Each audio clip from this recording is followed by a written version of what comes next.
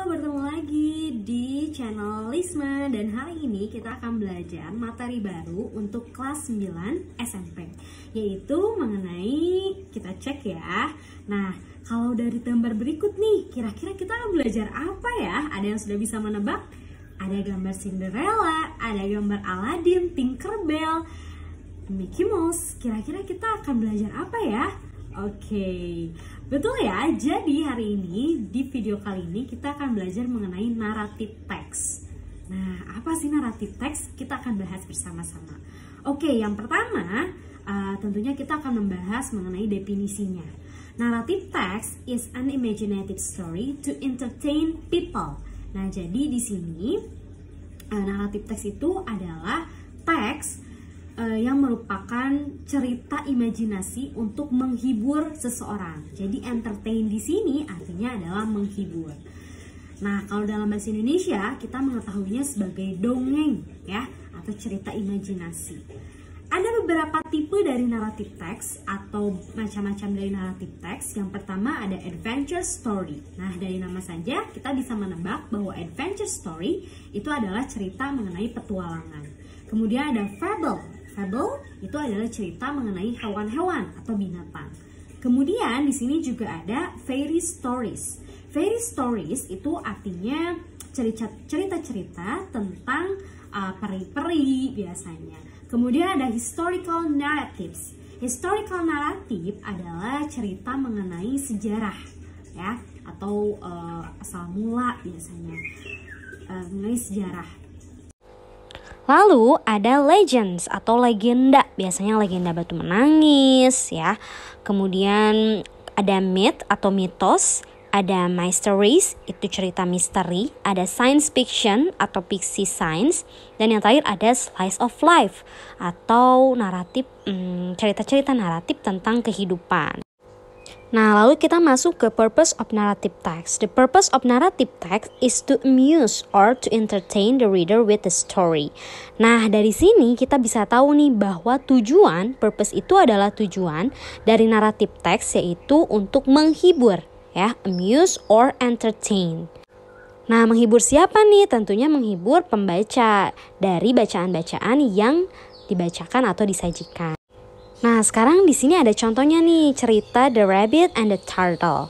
Oke, kalau dari cerita ini ada yang bisa menebak ini tipe apa ya?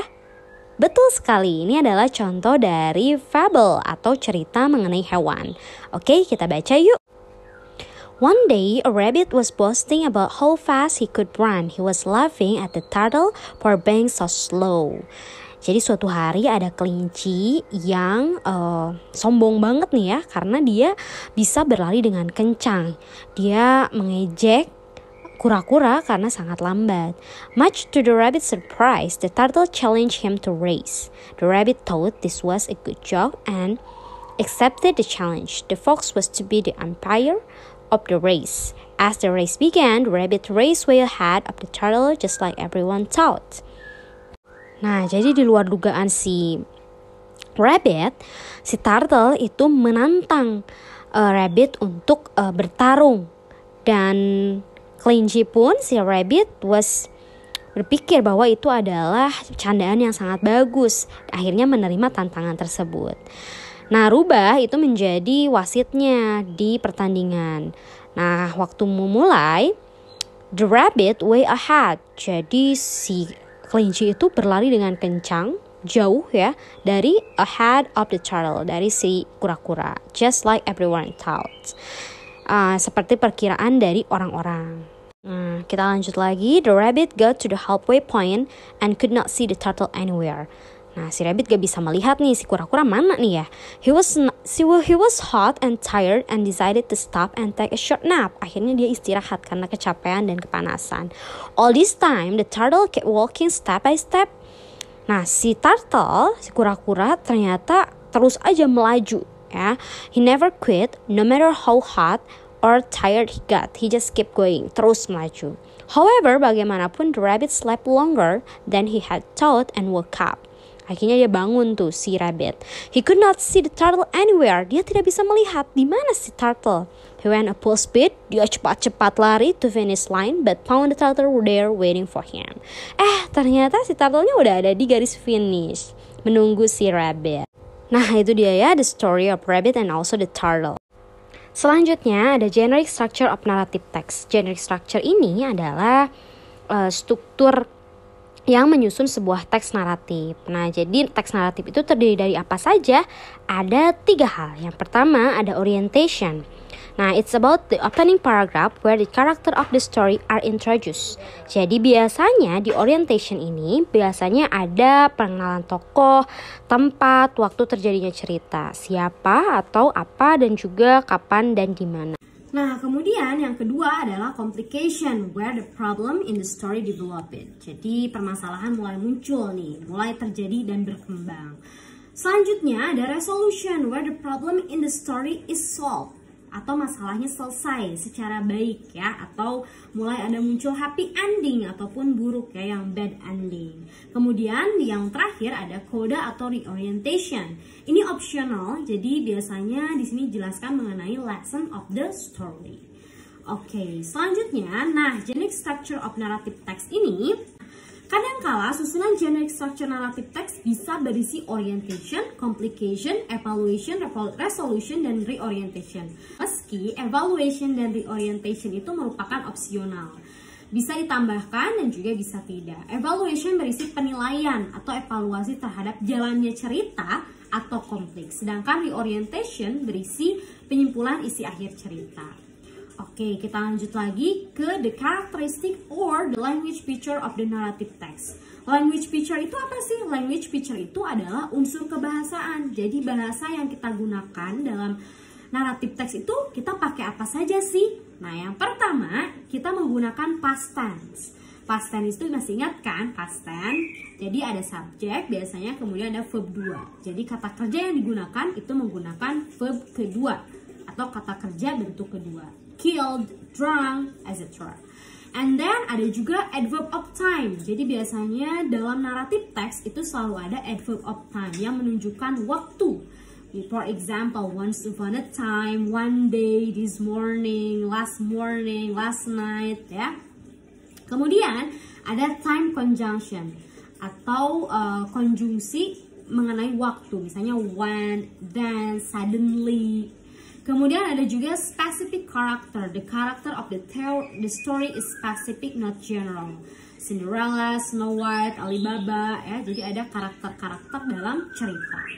And then ada juga action verb, yaitu a verb that show an action.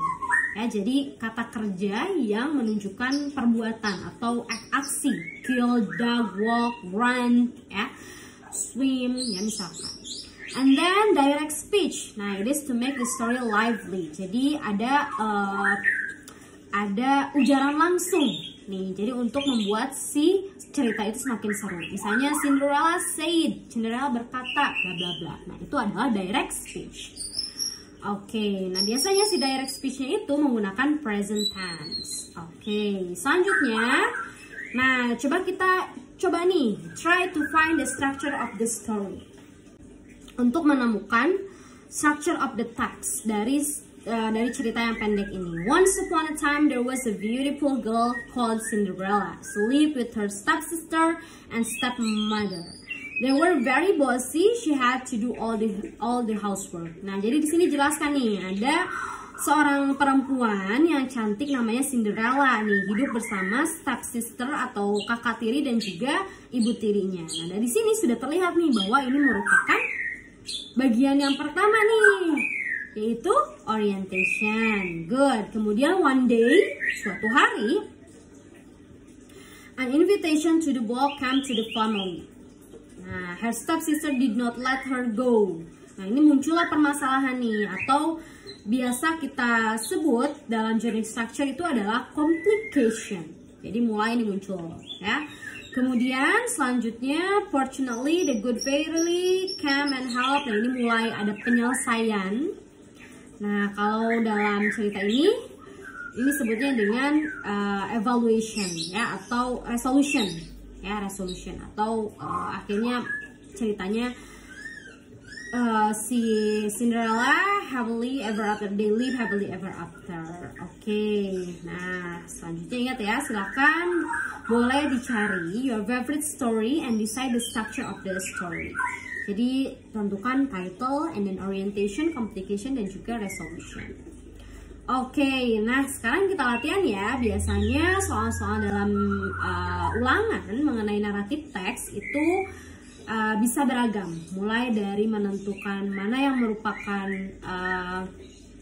complication, masalahnya di mana, kemudian karakternya siapa saja. Nah, berikut adalah contoh-contoh dari soal-soal mengenai naratif teks ya. Oke, nah ini adalah cerita. Boleh di pause dulu. Nah, oke, jadi sudah dibaca. We can learn from that story that we have to. Nah, ini berarti mengenai evaluation atau resolusi atau pesan ya. Dari cerita itu kita bisa mempelajari bahwa kita harus, nah biasanya seperti itu contohnya. Jawaban yang tepat adalah A ya, show our loves to our mother. Oke, selanjutnya ada soal lagi. What did the man do after buying a girl a red rose? Nah, jadi caranya kita baca dulu soalnya, baru baca kebacaannya. Jadi kita bisa memfokuskan apa yang diinginkan soal gitu ya. Dan jawabannya adalah dari jawaban dari teks tersebut adalah he took the girl to her mother's cemetery. Kemudian yang ketujuh nih, the main idea of the first paragraph. Nah, ini juga sering ditanyakan dalam naratif teks. Jadi ide utama atau main idea dari paragraf pertama adalah apa? Nah, kita lihat di sini di paragraf pertama, langsung fokus ke paragraf pertama. Yang paling cocok jawabannya adalah a man help a girl by buying her a flower gitu ya. Man stop at flower shop to order some flower. Nah, jadi yang jawaban yang tepat adalah B. Oke, I have another question. Nah, di sini ada soal yang lain, ini mengenai legenda. Ya, silakan di pause dulu videonya, kemudian dibaca. Or boleh juga di pause dulu soalnya. Nah, boleh ditulis di buku catatan, kemudian silakan untuk dijawab berdasarkan cerita yang di sini, di slide sebelumnya. Silakan di pause, oke? Where does story take place? From the text we learn that bla bla bla. Which statement is false? False itu salah according to the text. It was very very smart. Nah, the underline word it. Nah, it ini menunjukkan untuk siapa? Reverse to itu untuk menunjukkan untuk siapa? Oke, alhamdulillah hari ini kita sudah belajar mengenai naratif teks. Nah, mulai dari definisinya, kemudian tipe-tipenya, generic structure-nya, juga language feature-nya. Nah, mudah-mudahan dan juga kita latihan soalnya mengenai naratif teks. Semoga kalian paham mengenai materi naratif teks ini. Silahkan jika ingin bertanya, you can drop your question and comment below. I'm so sorry for the sound of the bird that disturb you in learning English with me, but I hope you can enjoy in learning English with me. See you next time, and if you want to request any kind of video about English, just drop and type it in a comment below. Bye bye. Assalamualaikum warahmatullahi wabarakatuh.